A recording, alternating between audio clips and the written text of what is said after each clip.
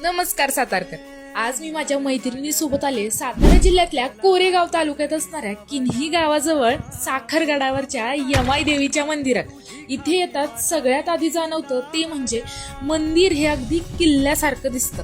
मोठा प्रवेशद्वार, दगडी भिंती, तटबंदी, म्हणूनच या जागेला साखरगड असं नाव पडलंय बघा. पण खरं तर हा किल्ला नसून एक खूप जुनं आणि पवित्र देवस्थान आहे असं लक्षात येतं. यमाई देवी अनेक मराठी कुटुंबांची कुलदैवत मानली जाते आणि हे स्थान जागृत असल्याची श्रद्धा आहे असं गावकऱ्यांकडून समजलं. इतकंच नाही तर या मंदिराचा इतिहास आणि स्थापत्य कलेचं महत्व ओळखून 2014 साली युनेस्कोचा हेरिटेज अवॉर्ड सुद्धा या मंदिराला मिळालेला आहे. इथे येणं खूप सोपं आहे हो.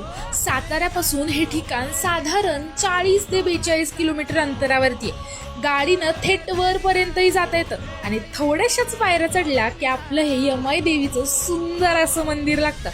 ट्रेकर्ससाठी पायवाटाही आहे बरं का. तर मंडळी, हा व्लॉग आवडला असेल तर लाईक, शेअर आणि फॉलो नक्की करा आणि कमेंट मध्ये सांगा तुम्ही कधी साखरगडावरती गेलायत का आपल्या यमाई देवीच्या दर्शनाला.